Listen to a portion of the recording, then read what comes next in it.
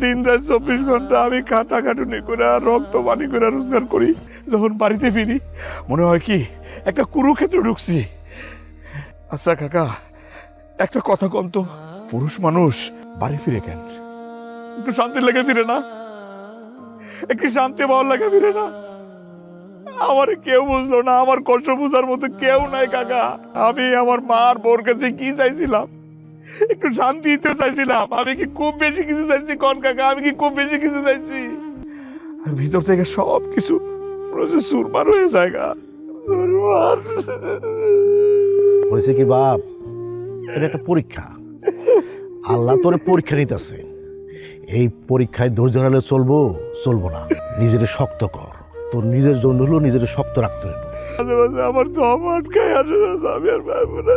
আল্লাহরে ডাক, আল্লাহ সবকিছু ঠিক করে দিবে। কান্দিস না, ভয় পাইস না, আমি তো আছি। কোনো কিছুর প্রয়োজন পড়লে তুই আমার খবর দিস। ঠিক আছে কাকা, আমি গেলাম, কাজ কর।